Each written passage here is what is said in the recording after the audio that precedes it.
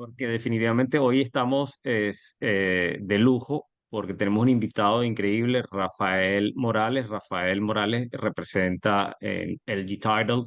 Hemos trabajado por muchos años, Rafa. Estoy bien contento del trabajo que hemos hecho. De verdad que siempre ha sido un apoyo increíble. Tu especialidad, no solamente como asesor y legal durante todo el proceso, sino que son una firma de abogados, un title, manejan escrow y sobre todo nos acompañan en cuidar las operaciones. Para mí, el tener el apoyo de un title company como ustedes representa tranquilidad para mí, para mi cliente y además la atención incondicional que ustedes siempre han brindado. Bienvenido, Rafa. Gracias, Johnny. Bueno, muchos muy buenos días a todos y gracias por la introducción. Obviamente, para nosotros ustedes son la clave de esta compañía, porque sin ustedes no tenemos trabajo, obviamente. Y nos encanta siempre apoyarlos, ayudarlos, atender las llamadas que tengan, las preguntas, las dudas, siempre. Y bueno, mucho de la gente en tu equipo lo puede ser testigo de eso, porque somos las personas a que llaman cuando tienen un problema, una cosa. Bueno, la clasecita o el seminario de hoy, me pediste que habláramos de los closing statements. Ahora, como dice que no es algo que ustedes tienen que saber, no, la verdad no, porque eso es el trabajo de nosotros explicarle a los clientes. Sin embargo, ustedes se ven cada vez más profesionales si ustedes pueden, porque el cliente de ustedes prácticamente tiene una confianza con ustedes mucho más cercana que la que puedan tener con nosotros. Y que ustedes puedan por lo menos explicarle lo básico de un closing statement antes de llegar a un cierre. Nosotros en el cierre explicamos línea por línea el closing statement a cada comprador o vendedor, pero que ustedes puedan asentarse con sus clientes o por el teléfono, decirle, mira, aquí está el closing statement del closing de mañana, vamos a revisarlo si tienes alguna duda, y que puedan contestar preguntas básicas del closing statement es una gran herramienta para ustedes como realtors. Bien, Rafa, ha pasado que hay un error en la comisión o hay un error en los fees. Bueno, Entonces, ya después que todo está así, seteado, Así, cuando vamos a empezar específicamente donde están las comisiones, que es donde tienen ustedes, antes de ver nada, cuando usted, siempre con la compañía de títulos, por lo menos nosotros, tratamos de enviar los closing statements cuando están aprobados y listos a ustedes, los realtors, antes de enviarlos a los sellers o los buyers, para darles la oportunidad de decirnos inmediatamente qué está malo. Y lo que a ustedes les interesa ver si está malo o bueno es la comisión, señores. Entonces, eso es lo primero que vamos a revisar. Tú tienes los documentos, tú los vas a poner ahí en sí, pantalla, te los voy ¿verdad? a compartir. Bueno, Yo quería empezar porque la semana pasada estuvimos hablando del proceso de la transacción y hablábamos de CD, alta y hot. correcto. Rápidamente, ¿cuál es la diferencia, Rafa? La diferencia es lo siguiente. Bueno, hace muchos años atrás, antes del 2015 creo, siempre se usaba, era el HOT, ¿ok? El HOT era el documento era el closing statement para todas las transacciones. Después que el Consumer Financial Protection Bureau took over HOT, ¿verdad? Entonces cambiamos a CD, a Closing Disclosure, para las transacciones que tienen financiamiento, ¿ok? No todas, son para las transacciones con financiamiento, para donde compran personas naturales. Casi siempre cuando compra una compañía, entonces no se rige por HOT, no se rige por CD o Closing Disclosure, entonces volvemos al HOT. El HOT todavía lo utilizamos mucho y siempre prácticamente cuando estamos transacciones cash, que no son financiadas. O sea, que el HOT todavía lo seguimos usando, pero el CD se usa cuando son transacciones financiadas y el alta statement es prácticamente la copia del closing disclosure a un documento, porque el closing disclosure no se lo podemos pasar a ustedes los realtors. El closing disclosure es entre el banco, nosotros y el comprador directo, ¿ok? Pero ustedes como realtors tienen que tener una copia de algo, una copia de una constancia de que se hizo el cierre. Como no se les puede dar a ustedes copia del closing disclosure o CD, se creó el alta. El alta es prácticamente copiar todos los números del CD para otro documento, que no es el HOT, llamado alta, ¿verdad?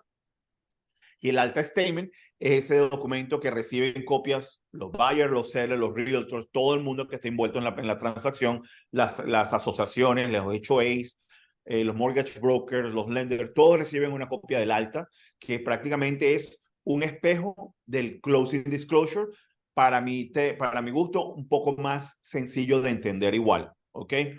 Ahora, ustedes van a explicarle a sus clientes el alta, y cuando ustedes expliquen el alta o cuando revisen el alta con ellos, inmediatamente nosotros vamos a revisar el CD, que tiene que ver exactamente los mismos números del alta. ¿Ok? Ahorita, Johnny, vamos a empezar a trabajar con el CD. ¿Qué les cuento? Todos los tres documentos, el Closing Disclosure, el CD y el alta, son básicamente lo mismo, pero puesto en maneras diferentes en cada uno. Vamos a empezar con el primero, Johnny, el HUD. Aquí estoy. El HUD es el más, este documento HUD que tenemos en pantalla es el más común con el que hemos trabajado durante muchos años.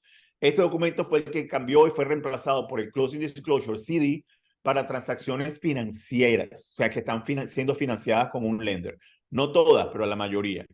Vamos a revisar este documento que es mucho más fácil, mucho más sencillo de entender, y después, por supuesto, vamos a revisar el alta y el CD para que ustedes se den cuenta que es prácticamente la misma información en diferentes, pues, en diferentes locations. Ahora, vamos a empezar este documento, que yo siempre lo comienzo de esta manera porque es mucho más fácil de entender, con la segunda página. Johnny, si me hace el favor, movemos a la segunda página. Ok, ahí comenzamos, páralo ahí un momentico. Ahí comenzamos con la segunda página.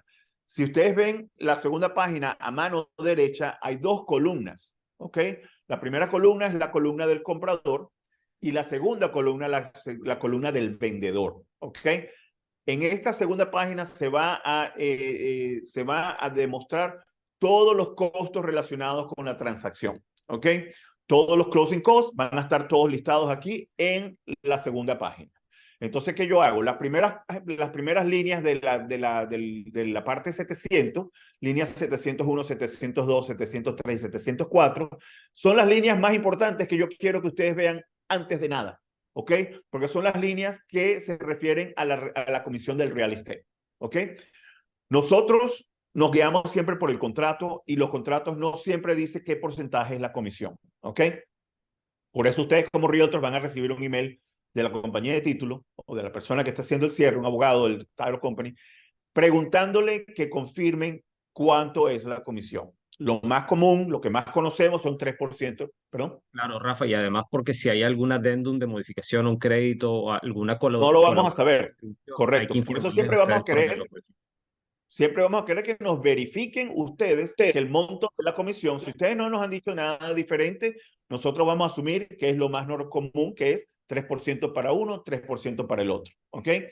Otra cosa, ese 3% y 3% van a estar en la línea 701 y en la línea 702. Ahora, casi todos los real estate agents tienen lo que se llama un transaction fee o un processing fee. Casi todos lo tienen. Ahora, eso no lo vamos a saber a menos que esté en el contrato en los additional terms o que lo hayan puesto en la parte 9 del contrato, que es una manera también muy sutil de ponerlo en el contrato. Pero si no está en el contrato y tienen un transaction fee y ustedes no nos lo dejan saber, ahí no va a aparecer. ¿Ok? Entonces, ¿qué tenemos que hacerlo primero cuando nos mandan un alta o un OJOT para revisar?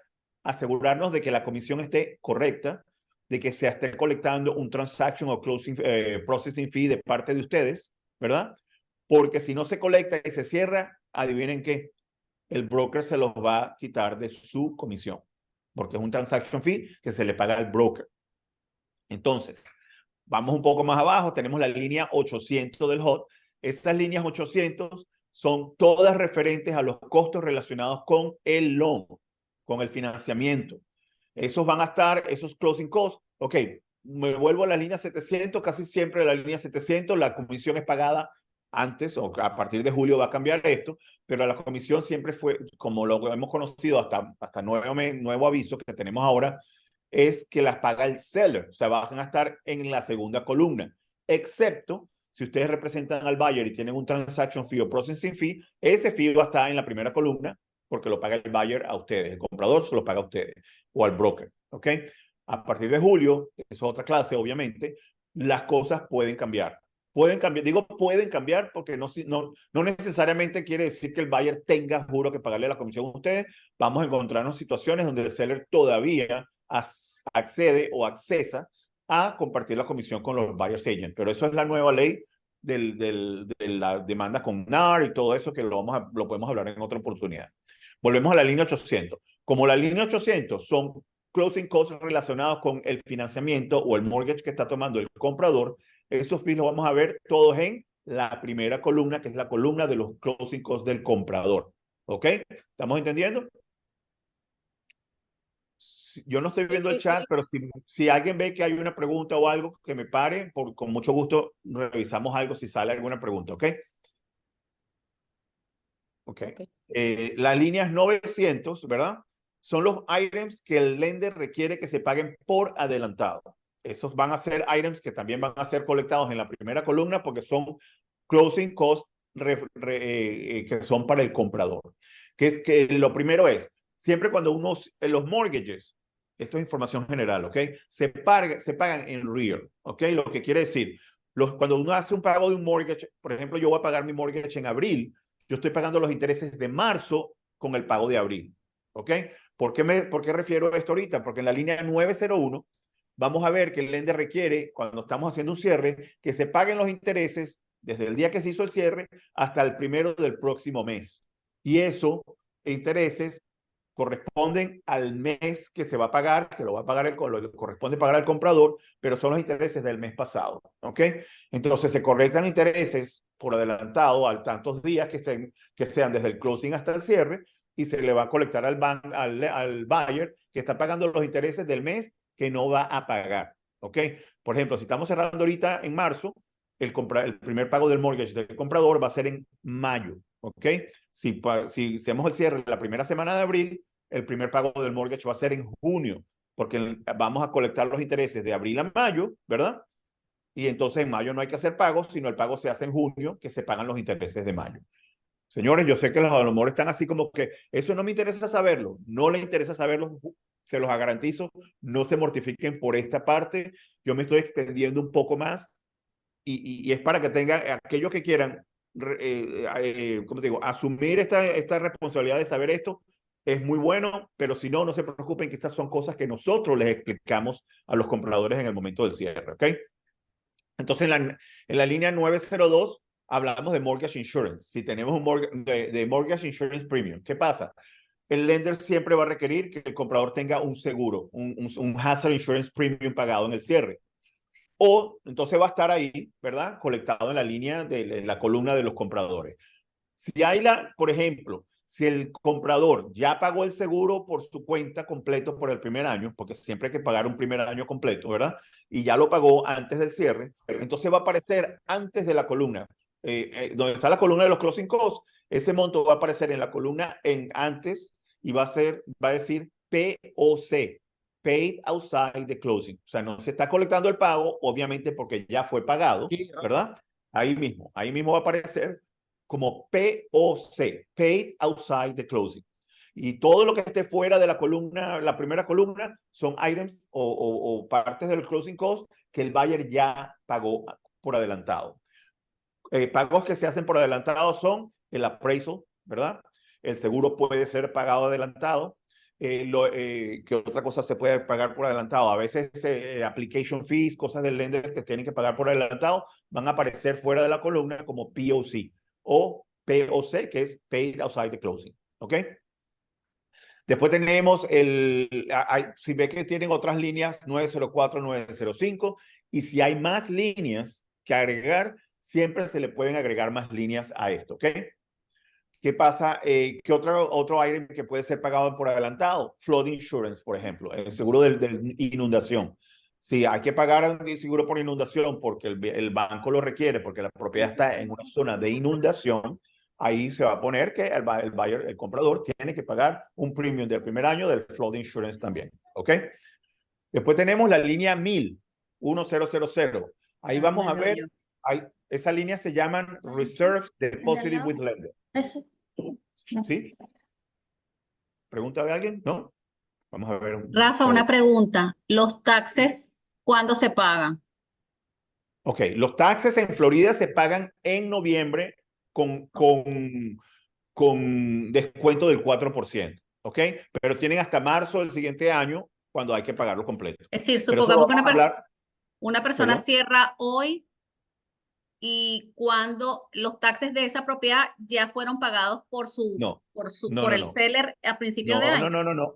Te me estás adelantando porque eso viene para la primera página del HOT, pero es Perdón. una pregunta, pero guárdamela y vuélvemela a preguntar porque esa pregunta la voy a hacer. Quiero hablar de esa pregunta 3 veces y les voy a explicar después por qué, ¿ok?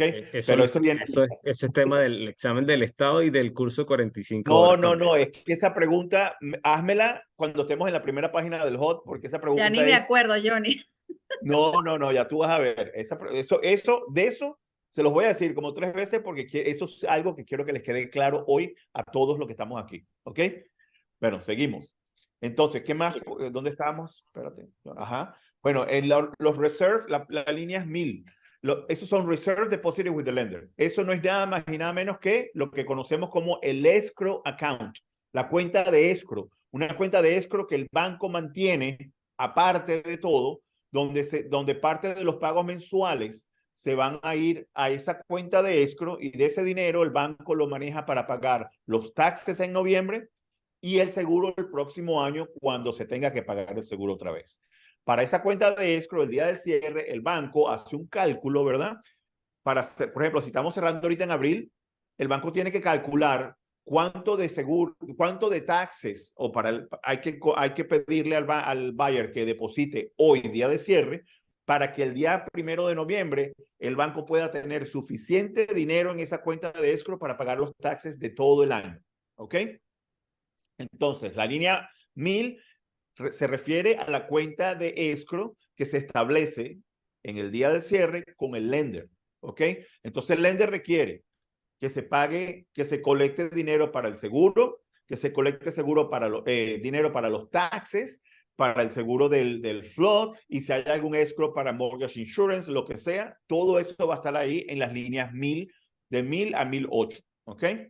Entonces, les repito, el lender necesita colectar suficiente dinero. No, más arriba, Johnny, te fuiste para arriba, te fuiste para abajo. Perdón, perdón. Sí. Sí.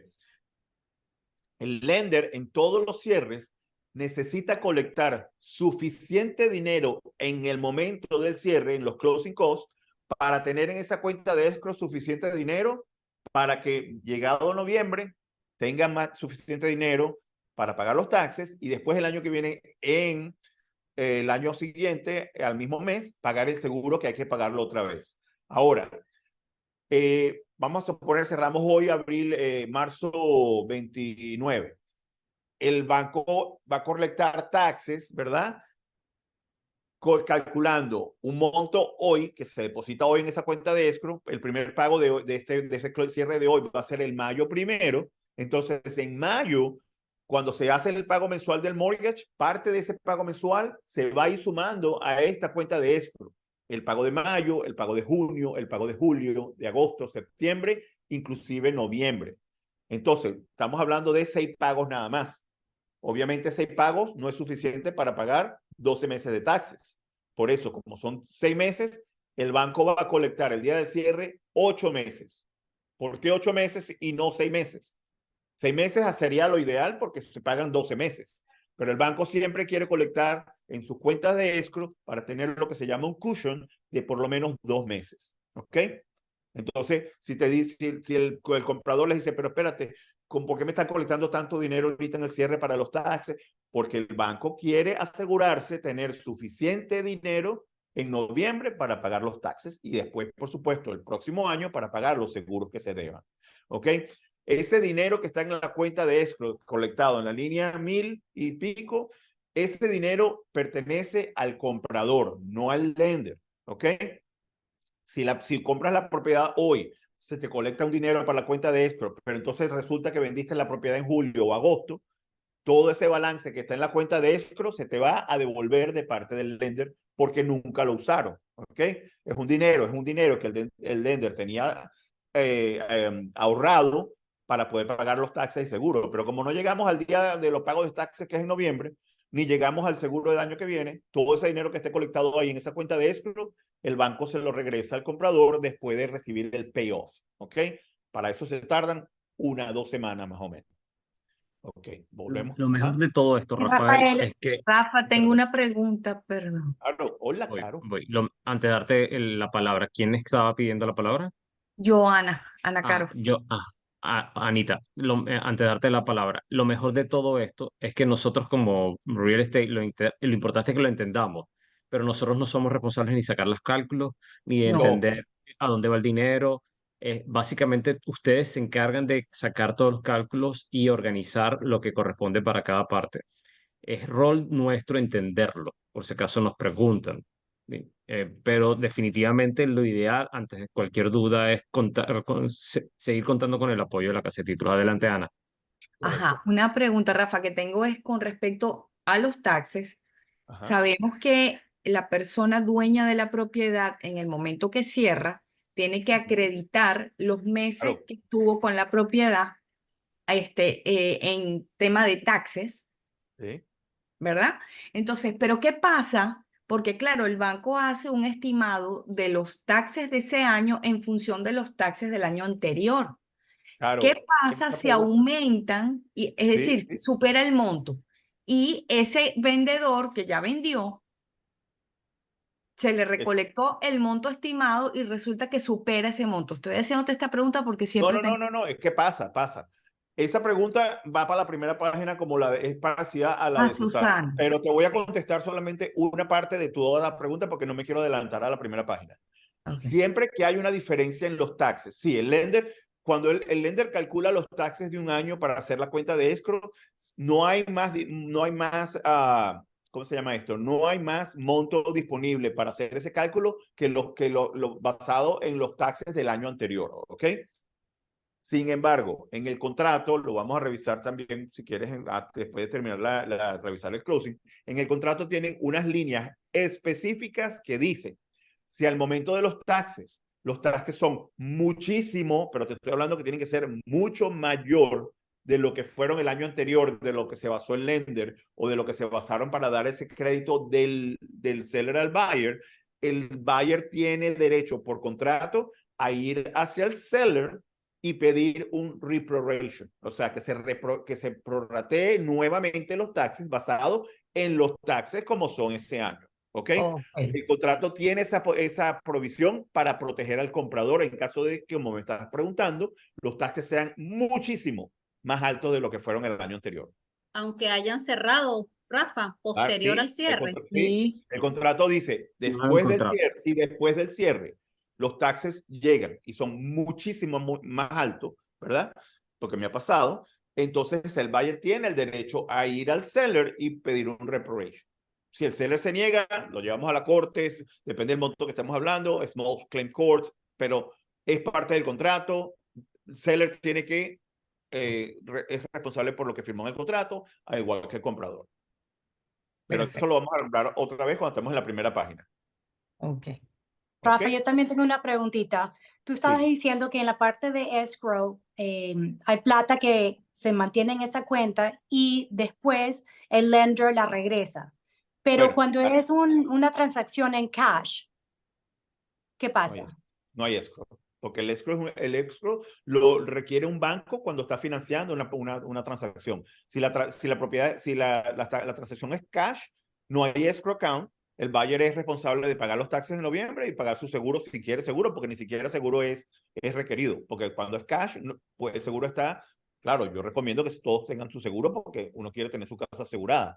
Pero de los pagos de los taxes y el seguro son responsabilidad del comprador. Gracias. ¿Ok? Bueno, Seguimos. seguimos al hot. Johnny. Ok. Entonces ya entendimos la cuenta de escrow. Si tenemos más preguntas, no tengan miedo de volverme a decir porque la volvemos a repetir. En la línea 1100 para abajo están los cargos del título. ¿Ok? Los title closing fees son regulados por el estado de la Florida. ¿Ok? Lo único que puede variar entre una compañía y otra es el settlement closing fee. ¿Ok? Nosotros aquí en esta compañía, nosotros cobramos un settlement closing fee y ahí abarca absolutamente todo el processing del file. ¿Ok? ¿Qué pasa? La mayoría de las otras compañías que yo he visto closing statements, ¿verdad?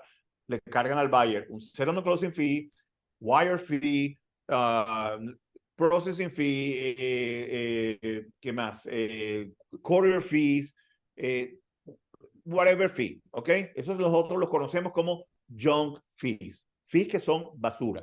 ¿Por qué? Porque legalmente el settlement closing fee debería cubrir todos esos gastos de procesamiento del file.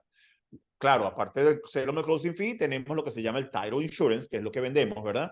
Y por favor, no dejen que nunca nadie, Johnny, después te paso un papelito para que se lo pases a todo tu equipo, para que ustedes entiendan las razones por las cuales todo comprador, cash o financiado, debe comprar su póliza de title insurance. Porque sin la póliza de title insurance, están perdidos contra cualquier demanda, contra cualquier defecto del title que no haya sido registrado. Ese title insurance se paga, es regulado por el estado de la Florida y es basado en el precio. Se paga una sola vez en la vida cuando compras la propiedad y te dura toda la vida que seas dueño de la propiedad, o inclusive protege a los herederos de dicha propiedad. Entonces, no querer pagar title insurance por alguna razón es una locura. Y he visto gente que no lo ha pagado por lo que sea y salen problemas que les toca a ellos. ¿Y cuánto puede costar una póliza de esas? Mira, es un cálculo que hace la computadora, pero para que tengan una idea, solamente una idea básica, son como $500 por cada 100,000 del precio, más o menos. ¿Okay? Es nada, comparado con la seguridad que te da. Es una póliza que tiene. Yo les voy a pasar algo, una información que a ustedes los va a ayudar a entender por qué es bueno tener un title insurance, todas las cosas que pueden pasar que el title insurance te protege. ¿Ok? Ahora, bueno, ya tenemos lo de los closing costs. Ahora vamos a la línea 1200, de la 1200 a la 1205. Son los government fees. Obviamente, cada cierre tiene government recording fees, ¿verdad? En la parte 9 del contrato nos va a decir, por ejemplo, el seller paga por los documentary stamps que se le paga al gobierno basado en el precio, ¿verdad? Del condado, del estado de Florida, por ejemplo. Si estamos financiando el mortgage, entonces hay que cobrar los recording fees del mortgage por página, ¿verdad? El mortgage paga city, county, state y state taxes cuando se registra, y todo eso se calcula basado en el monto del mortgage, ¿ok? Entonces, de la línea 1200 a la 1205 son fees que van al gobierno. Esos fees no los controlamos, son lo que son y es basado en el precio, en el loan y todo eso. Si el buyer no está financiando, el buyer puede que le estemos cobrando a lo mejor unos $20-25 de recording fee del día, más nada. ¿Ok? La número 1300 para abajo son additional settlement charges. Ahí ponemos lo que se llama el survey, si estamos financiando y es una propiedad single family home, el lender va a requerir que el buyer compre un survey certificado al lender y certificado a ellos mismos. Entonces, lo que es el survey, cualquier otro fee que de lo que no hayamos hablado arriba, se va a agregar en la línea 1300. ¿Ok? Ahí podemos poner un fee, por ejemplo, reimbursement de algo que ustedes pagaron, que el buyer o el seller les tenga que pagar de regreso. Los taxes, si se deben taxes ese año, ¿verdad? Porque el seller no los pagó y también delincuente, se van a colectar en la segunda columna, que son los closing costs del seller. Se va a pagar por los taxes en todo el año, lo que se deba de taxes, ¿verdad? ¿Qué más te puedo ver? Asociaciones, HOA. Si tenemos que colectar del comprador el primer mes de la HOA para nosotros mandar ese pago, lo vamos a ver en la primera columna de la parte 1300. Si el HOA cobra a veces que cobran lo que se llama un capital contribution, un monto que cada comprador tiene que poner de inicial en cada asociación, se coloca en la 1300. Y así cualquier fee que ustedes me digan, mira, el buyer tiene que pagar tal cosa, se cobra ahí en las 1300. ¿Ok? Ahora, si vemos al final, espérate, no te vayas todavía. No, Johnny, go back. Espérate. Baja. Ajá. La línea 1400 es el total de la sumatoria de la primera columna del buyer, ¿verdad? Ahí es el total, sumamos todo, la computadora va a sumar todos esos fees y va a dar un total abajo. Igual con la segunda columna, que es la del seller, vamos a sumar las comisiones, todos los gastos del seller y lo vamos a poner ahí. Y ahí van a estar el total de los closing costs de ambos, el buyer en la primera columna y el seller en la segunda columna. ¿Sí me copian? Correcto. ¿Sí? Ahora vámonos para la primera página. La primera. Ok. Ahí vamos a ver las dos columnas también. La primera columna de la mano derecha, de la mano izquierda, es la columna con todo lo que está relacionado con el comprador. Y la columna de la derecha es toda la columna de los gastos y toda la transacción con relación al vendedor. ¿Ok? Vamos a revisar una primero y después la otra, ¿verdad? Aunque vamos a ir back and forth cuando son los prorrateos y todo eso. Entonces, en la primera columna, el buyer en la línea 100, ahí vamos a ver, perdón, en la línea 100 son todos los fees que el buyer tiene que pagar. En la línea 101, ¿cuál es el primer fee que el buyer tiene que pagar así desde el principio?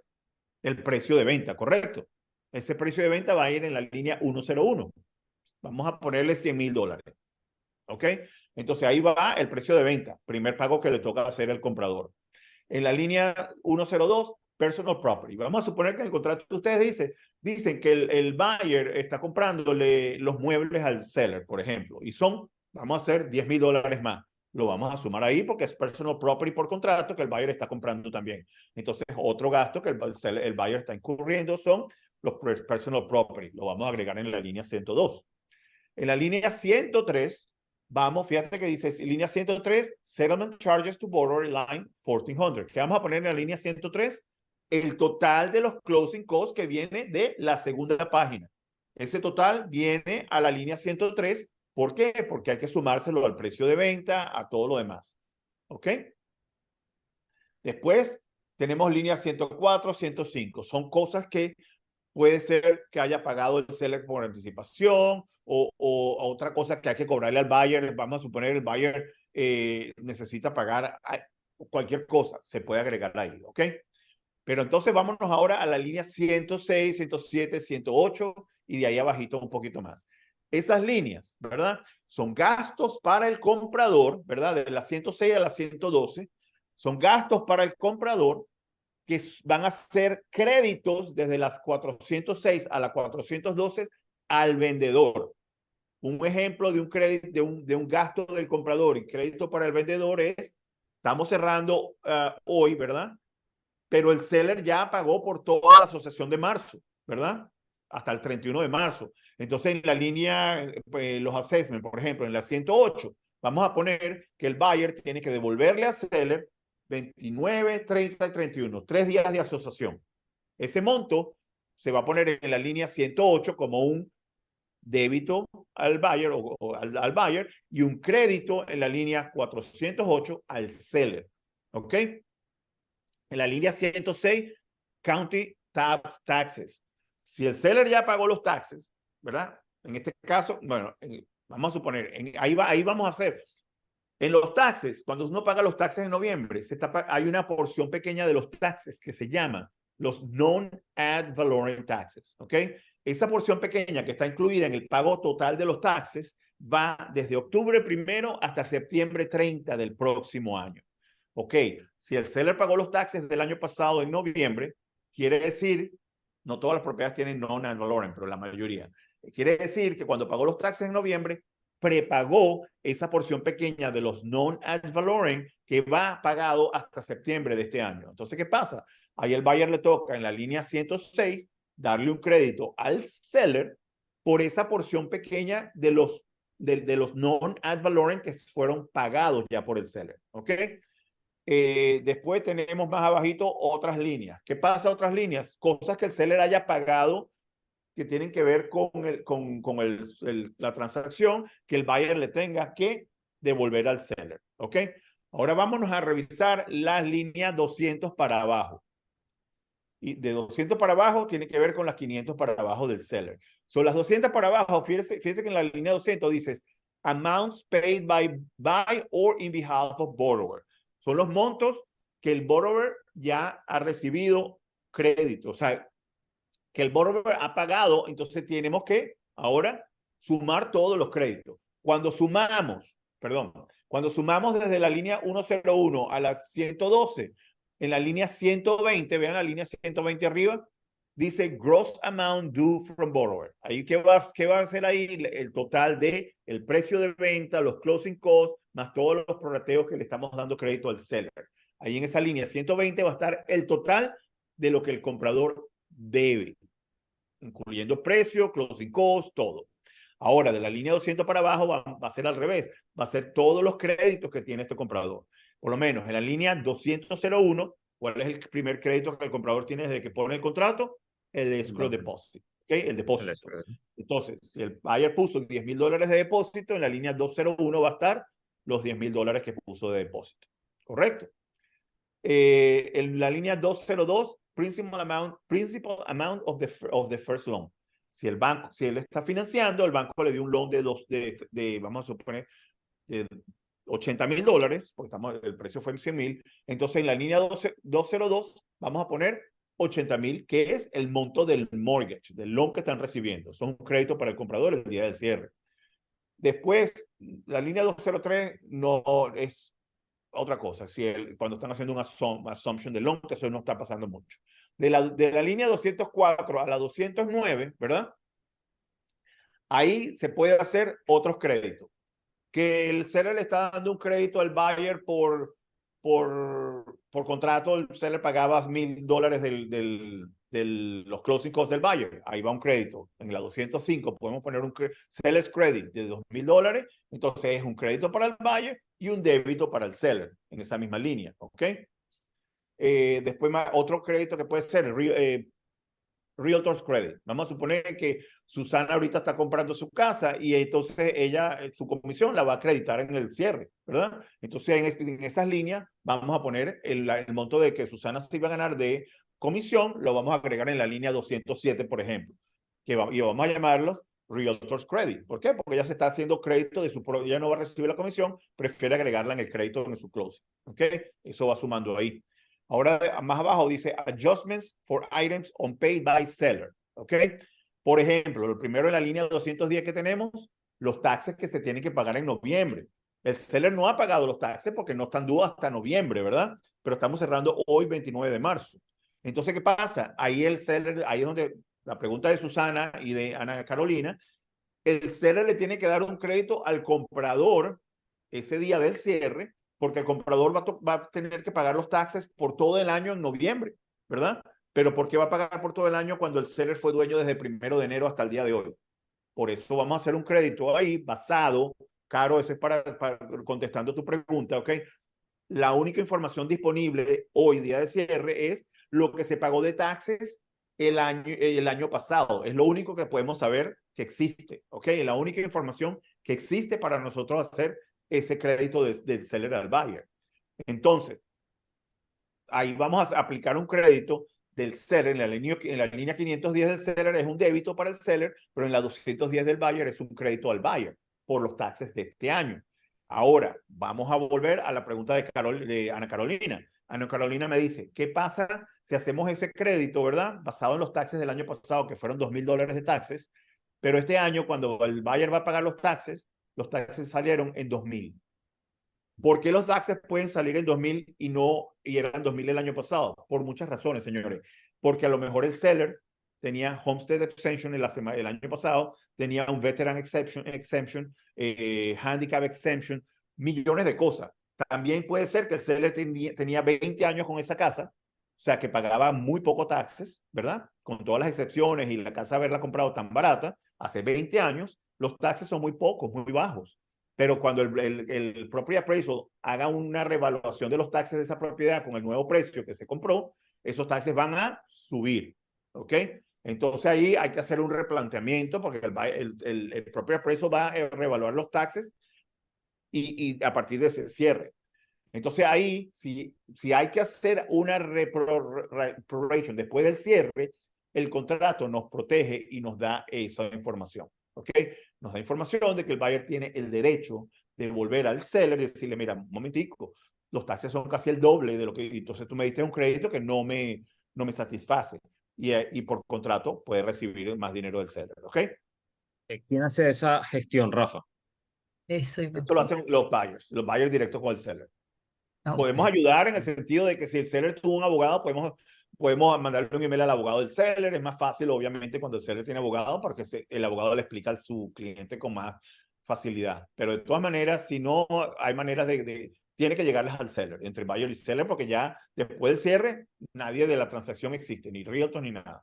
Pero le da ese derecho al buyer de hacer el prorrateo. ¿Y la ¿Ok? compañía de título no podría ayudar en la No, gestión? podríamos intervenir y mandarle el email y todo eso, claro, como una cordialidad, pero no hay responsabilidad ni de ustedes como Realtor ni de nosotros, porque nosotros no teníamos información de absolutamente nada más que los taxes del año pasado. ¿Ok? Los assessments, vamos a suponer que estamos cerrando, bueno, es lo mismo, estamos cerrando hoy, ¿verdad? Que en la asociación se debe dinero, por ejemplo. Entonces, no, mentira, el assessment, por ejemplo, si estamos cerrando, ¿cómo te puedo decir? Eso tiene que ser un débito. Ok. Si el buyer está pagando la asociación, si el buyer tiene que pagar la asociación por todo este mes por alguna razón, pero el seller debía la primera parte del mes, entonces el seller le tiene que dar un crédito al buyer por lo que el buyer está pagando que le correspondería al seller. ¿Correcto?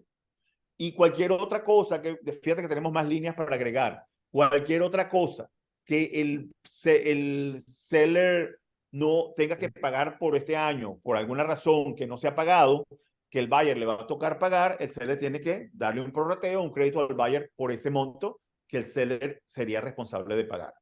Claro, perdón, Entonces, Rafa. Como por ejemplo, perdón, como por No, no. ejemplo los taxes que el año pasado la propiedad está comprándose y no los ha pagado el dueño. No, Entonces, eso va en la línea 1300 de la segunda página. Ahí se le ok. colecta al seller. Ahí no tiene nada que ver Sí. con el buyer. O, ¿Ok? ok. Aquí, por Ahora, ejemplo, la línea aquí en 200, el sí. assessment, perdón, Rafa, en el assessment, dependiendo también de la negociación que haya, que por Claro, ejemplo diga, bueno, hay un assessment y el seller se va a encargar, aunque sean futuros, lo va a sí, pagar todo al cierre. correcto. Ahí puede ser, Entonces, eso está perfecto. Hay un mm, special assessment, ¿verdad? Que le ujú, va a tocar pagar al buyer porque todavía no está due, pero que está por contrato, que el seller dijo que lo va a pagar, ahí mismo se lo ujú, paga. Sí. correcto. Ok, en la línea 220 Perdón, ojo vamos a porque tener, hay un detalle importante que cuando estás haciendo el Assist Contract, tienes que verificar, tener mucho cuidado en el segmento, no estamos hablando hoy del Assist Contract, pero hay un segmento, tú te lo debes saber de memoria, donde se estipula quién va a hacerse cargo de los assessment pendientes o futuros. sí, Y eso no, si tú no lo... sí, Ajá, perdón.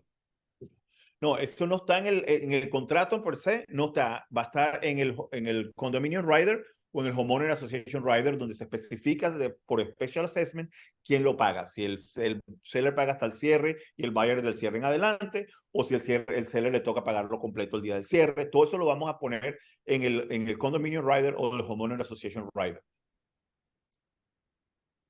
¿Ok? Bueno, en la línea 220 vamos a tener la sumatoria de todos los créditos del comprador. El monto que dio de depósito, lo que le está prestando el banco, los créditos de taxes, los créditos de cualquier otro crédito de Realtor, créditos del seller por assessment, lo que sea. Ahí va a estar el total en la línea 220.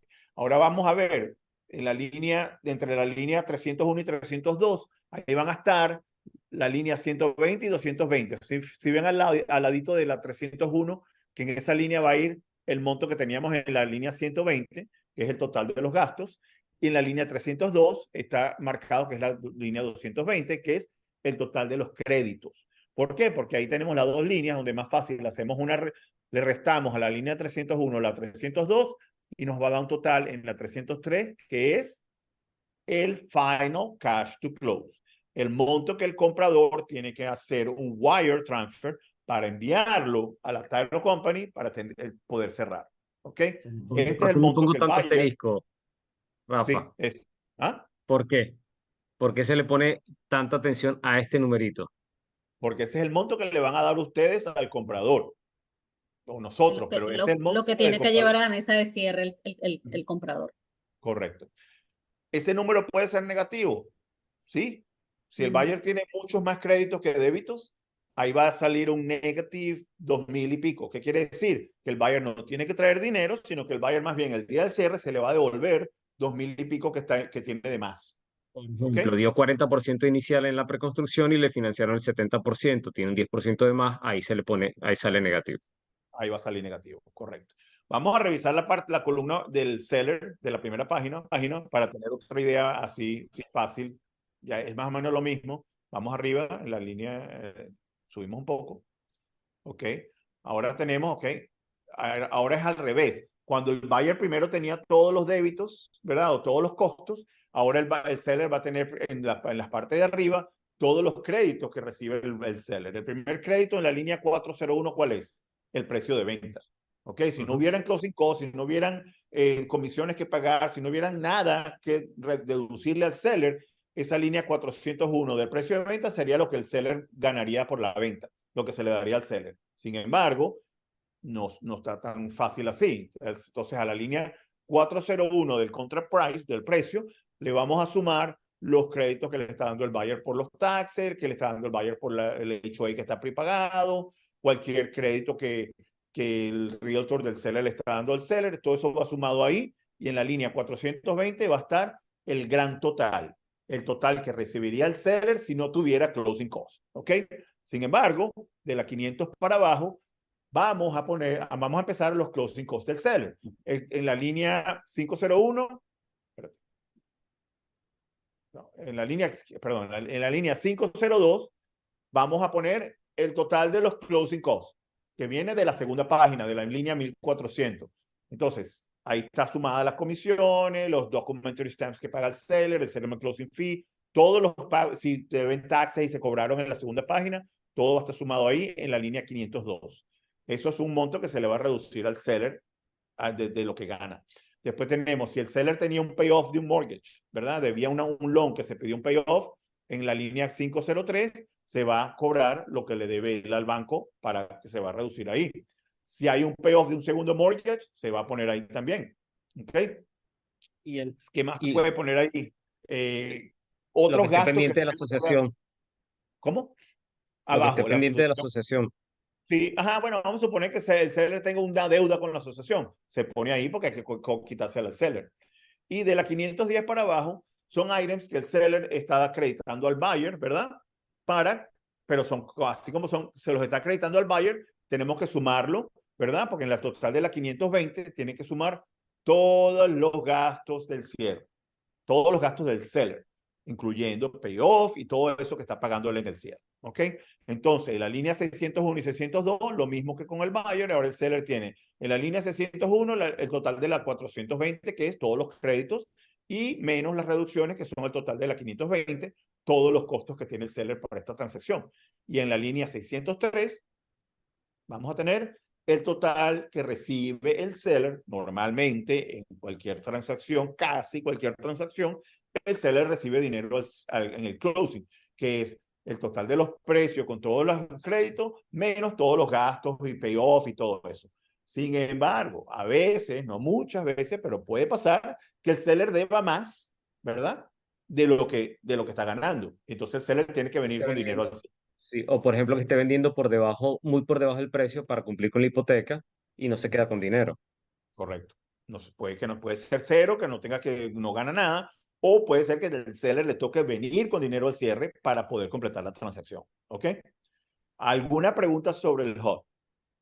No, Rafa, pero tengo una pregunta sobre Claro. las fechas que son muy importantes. Correcto, ok. Por ejemplo, si recibes vamos a hablar ahorita que recibes una contraoferta. Esta contraoferta todavía el comprador, la contraoferta viene del vendedor, ¿ok? En este caso viene del vendedor. Y el comprador no la ha firmado, todavía no se considera contrato. No. Correcto. Perfecto. No.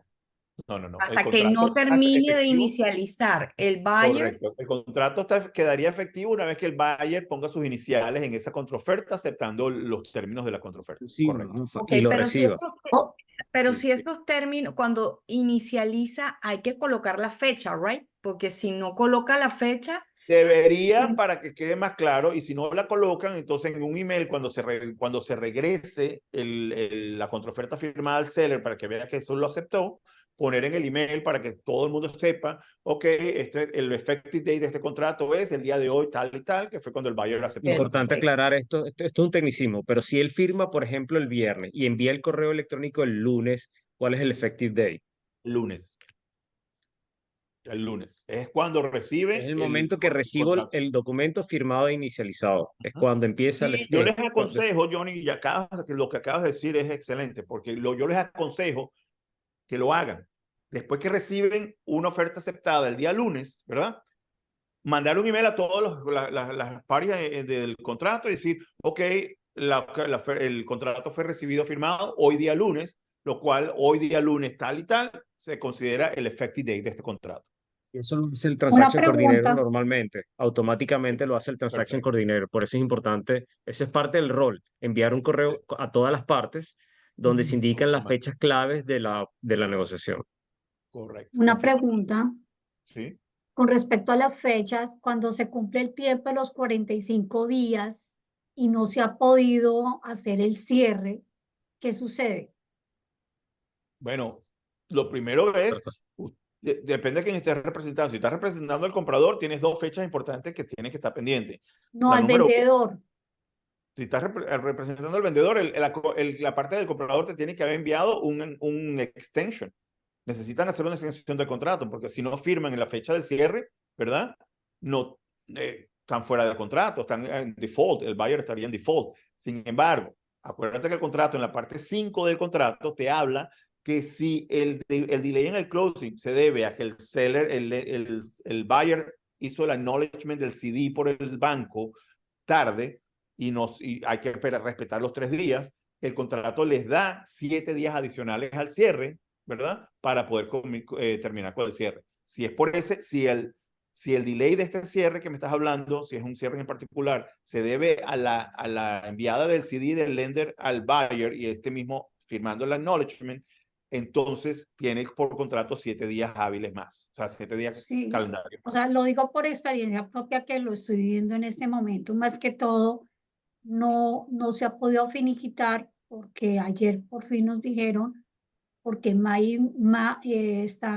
Fannie Mae no nos ha respondido, lleva toda la semana pasada y esta y no hemos tenido respuesta, pero según lo que les dijeron en Fannie Mae, que es por el seguro que tiene el condominio y si el condominio no mejora como que las coberturas de ese seguro, mejor dicho, no sabemos qué va a pasar. Ok. Ese problema lo está teniendo muchos condominios ahora, ¿ok? El financiamiento de condominios no está fácil, por esa razón. Primero que los condominios están muy bajos en reserva, ¿verdad? Después de los 40 year certification y todo eso, los condominios, para que un banco los apruebe al condominio en sí, ¿verdad? Tienen que tener reservas de por lo menos, y tienen que tener reservas y tienen que probar en el budget que por lo menos 10% de los que recibe va a las reservas. Eso es una cosa importante. El seguro, tiene que tener un seguro vigente, tienen que no tener ninguna demanda, liability, cosas con otras construcciones o judgment links que el banco no pueda prestar el dinero. Entonces, estás en un problema en el seguido es, si el banco denial the loan, vamos a suponer, te estoy dando un ejemplo porque se vive mucho hoy en día. Si el banco deny the loan, ¿ok?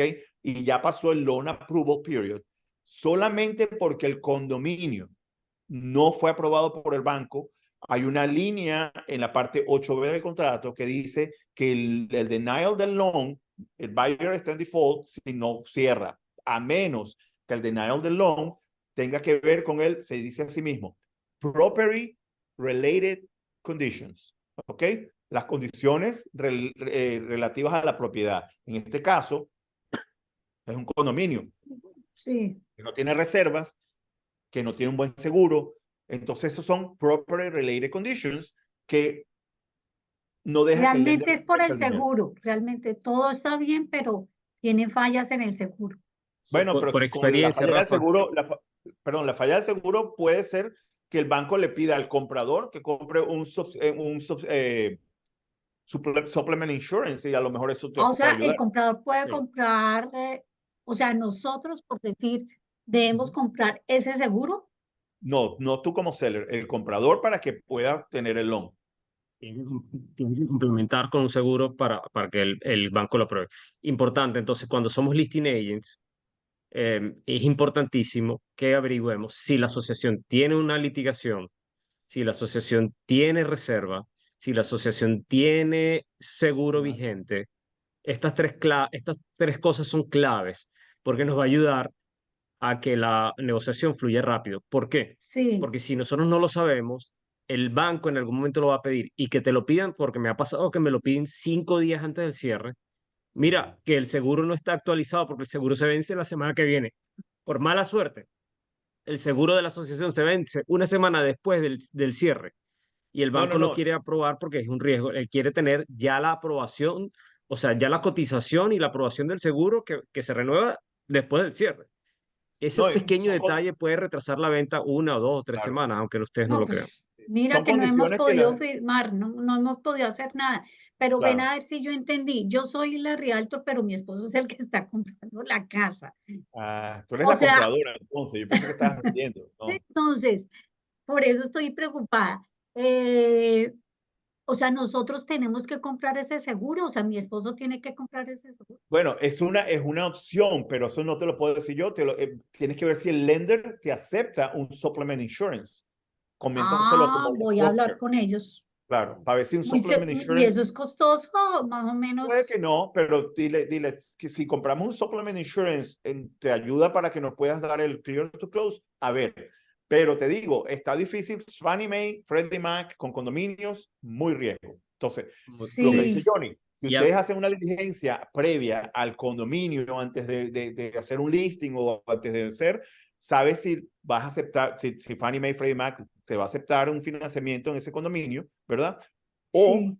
vas a tener que aceptar una oferta cash para poder vender. Ahora, los condominios, hay unos bancos, hay unos condominios que ya están aprobados por Fannie Mae, Freddie Mac. Sí, Entonces, ayer tienes que casual, saber, bueno, en estos días, no sé, alguien, no sé si es que mis angelitos me mandaron dos listas, una de los condominios que no están aprobados por Fannie Mae y otra lista de los condominios que están aprobados por Fannie Mae. compártelo con tu equipo porque esa lista es oro de Ajá. hecho, para de que hecho no me ha pierdan pasado, tiempo. a mí me ha pasado, Rafa, que el comprador al mismo tiempo es un lender y conoce que el edificio ha tenido problemas. Entonces, antes de pasar inclusive la oferta, me pide todo. Me pide budget, me pide litigation, me pide el condo closure, todo.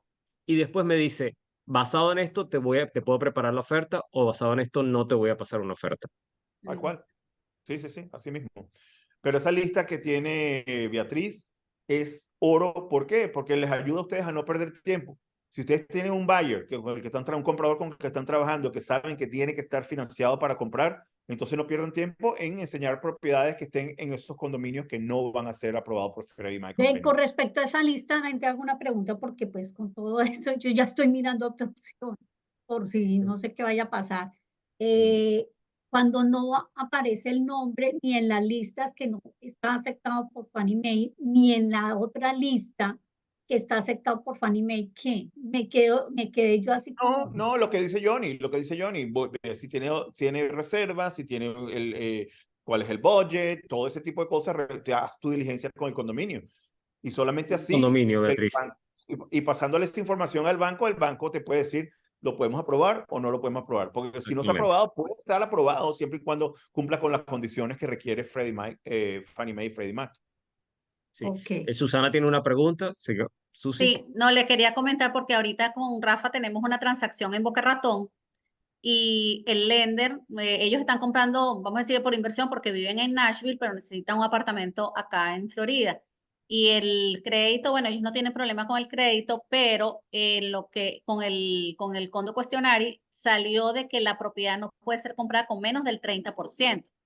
Entonces, ya yo tenía como que visto y estoy siempre buscando como que primero el budget y todo esto para saber con qué me voy a enfrentar, porque si de repente la persona que está comprando no tiene la capacidad para llegar a ese down payment, se cae la transacción, Claro, tal cual. ¿ok? Entonces, eso es bien importante cuando somos compradores, pedirle al listing agent que nos dé toda la información para saber, porque si no, entonces vamos a poner un camino ahí a recorrer sin ninguna No, necesidad. perdemos Tal cual. Y tiempo, lo otro, pierden y tiempo ambas perdón, voy a partes. hablar desde el punto de vista de asesoría de inversión. Si tú tienes un inversionista que está comprando una propiedad en un edificio que tiene estas limitaciones, sabes que Ujú. la puerta de salida va a ser más complicada. Ujú. Sí, Entonces, y, perdón. perdón, entonces, ¿qué pasa? Un inversionista tú le tienes que decir, mira, este edificio no tiene, tiene problemas con el budget, tiene una litigación, tiene esto. Que tú se lo digas en principio te puede hacer ganar muchísimo la confianza de ese inversionista porque te va a decir, ok, vamos al próximo deal, vamos al próximo negocio. ¿Ok? Ujú. Porque al mismo tiempo estás limitando las opciones para que el día de mañana él venda rápido y fácil, porque va a limitarse a gente que pueda solamente dar el 30%, etcétera, etcétera, etcétera. ¿Ok? Sí, Miren, quería una pregunta. agregar algo, disculpa. Fíjense que lo del tema del 20, 25, 30 subió al 30%, es porque más del 80 o 90% de la comunidad está siendo ocupada por tenant porque ha sido comprado por inversionistas. ¿Ok? Entonces, Todo eso vieron todos los afecta. detalles que que uno No, descubre. todo Sin eso embargo, afecta a la hora sí. de un lender Entonces, aprobar yo el se lo dije a condominio. mi cliente, pero a ellos no les importa porque ellos viven en Nashville y necesitan el apartamento simplemente para venir, pues su hija juega tenis en Florida. Entonces, bueno, nada, ellos están. Me dijo, no, no hay problema, es que por la inicial no hay problema, si hay que poner hasta el 50% podemos. Entonces, bueno, es Perfecto. para que tengamos en cuenta todas las cosas que pueden Del Sí, deal. suceder, claro, claro. menos tienen experiencia. Mira, señores, vamos a pasar para Yo el creo que no closing vamos a dar, disclosure. creo que no nos va a dar tiempo de hablar del No, CD, Rafa. bueno, ¿O sí? no, pero el CD va a ser 2 minutos. Vamos a poner el CD nada más para que tengamos una noción rapidita. Te lo juro que 2 minutos. Pues yo también tengo closing ahorita. Ok, el CD, señores, es lo que cambió en el 2015. Nos quitaron, vino el Consumer Financial Protection Bureau y dijo, no, ahora va a ser un CD en vez de un HUD. ¿Qué pasa? En la primera página del CD, ¿ves la primera página? Al principio, ahora más arribita, eso es un resumen de toda la transacción. Ahí te va a decir cuánto es el precio arriba, cuánto es el monto del loan, el interés y el pago de principal interés, ¿verdad? Y en la parte de arriba a la derecha va a decir si el loan es de 30 años, si es un convencional, FHA o VA, el monto del loan, el nombre del buyer, todo eso va hasta arriba. Más abajo, en esa misma página, go más abajo, Johnny, ahí vas a ver el total de los pagos estimados, ¿verdad? Que son el principal interés de arriba, más los escrows que se van a sumar aquí. Si el buyer requiere, el lender requiere pagos de escrow, van a ser property taxes y homeowner insurance, se le va a sumar al pago y aquí donde dice estimated total monthly payment, va a estar el pago total del mes, ¿verdad? En las últimas dos líneas tienen el total de los closing costs y el total del cash to close. Pero ¿de dónde viene todo eso? Vale la segunda página, Johnny. Que no lo, esto va a ser rapidito, te lo estoy prometiendo. Ajá, esa segunda página, como ven, aquí no hay seller. Esto es del buyer. Hay un CD para el seller, esto es del buyer. Aquí está el breakdown o ¿cómo se dice breakdown? El desglose de todos los closing costs del comprador. Lo que se pagó en la primera columna, lo que se está cobrando y lo que pagó ya como el appraisal, el seguro por un año, si está pagado, en la segunda columna se va a poner que está pagado antes del cierre. Síguele para abajo un momento, Johnny, hasta el final. Ahí, te pasaste. Ah, no, sigue, perdón. Ahí está todo el final, completo, todo lo que se pagó, ahí el final de los closing costs y eso se suma y se ponen en la primera página. Ahora, vamos, dale a la próxima página, que aquí es rapidito, se los estoy prometiendo que es rápido, dale a la próxima página. Ajá, más arriba, más abajo, ¿qué digo? Más abajo, ahí, más abajo, sube, ajá. Ahí, páralo ahí. ¿A qué se les parece esta página 3? Al HUD, a la primera página del HUD, ¿correcto? Entonces, yo cuando le explico un CD a un comprador, vamos a la segunda página, vemos el breakdown de los closing costs, revisamos la primera página con el resumen del precio, loan, interés, todo eso, pero después me voy a esta página que es la tercera página del CD, ¿verdad?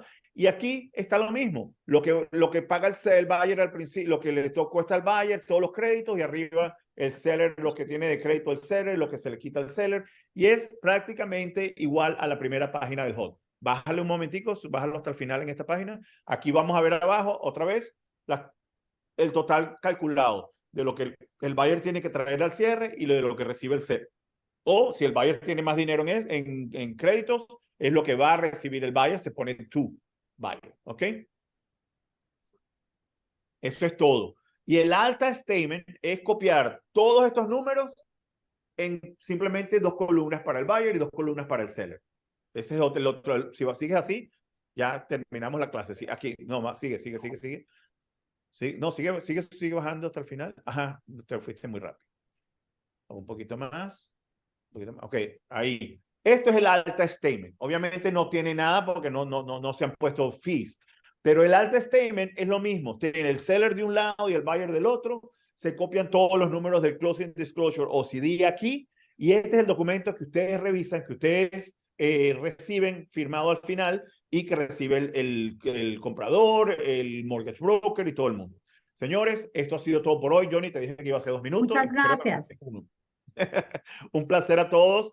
A la Gracias, orden. Todos Rafa. tienen mi teléfono. por allá, Muchísimas gracias, Rafa, Rafa. escríbelo en el Gracias. chat, igual yo los comparto, Gracias, pero, Rafa. Bueno, con me dejes Rafael, despejar un poquito el sí, panorama. con Rafael 20 y con puntos, Rafa.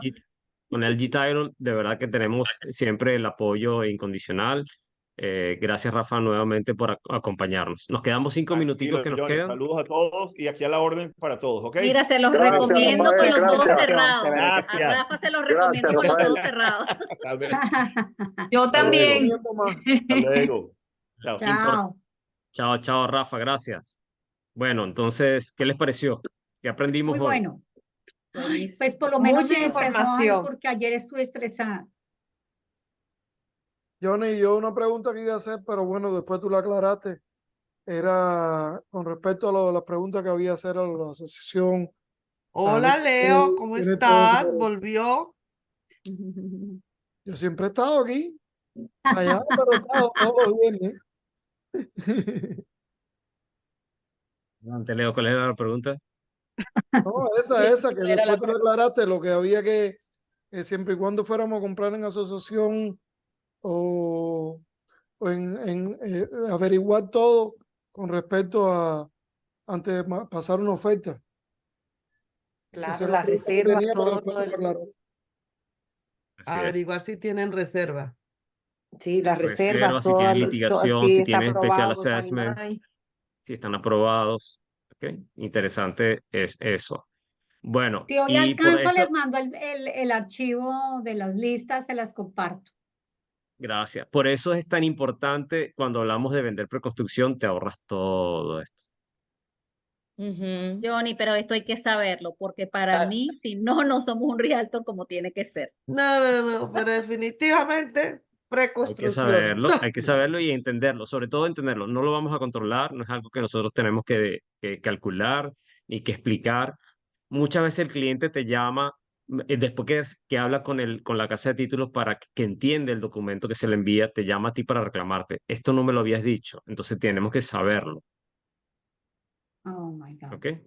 Johnny, es como la responsabilidad de los taxes al final del año si no cubren la cantidad que tienes que pagar de taxes. Ya no es responsabilidad de nosotros y ya no es responsabilidad de la casa de título tampoco. Excelente. Normalmente para eso se toman los meses adicionales o ellos hacen cálculos. O sea, realmente digamos que no está dentro de nuestro control, pero ya entendemos hasta dónde llega nuestra responsabilidad. Entonces, bueno, espero que hayamos aprendido algo nuevo hoy. Espero que haya sido provechoso. Esto es una clase ya avanzada. Tenemos que entender el contrato. Vamos después a hacer una sesión. Podemos invitar a Rafael para pasearnos por el contrato en detalle, porque es importantísimo entender el contrato y lo que significa cada una de las cláusulas. Voy a parar la grabación y para dar algunas otras notificaciones y cerrar la sesión. Sky Group, tu sueño es posible.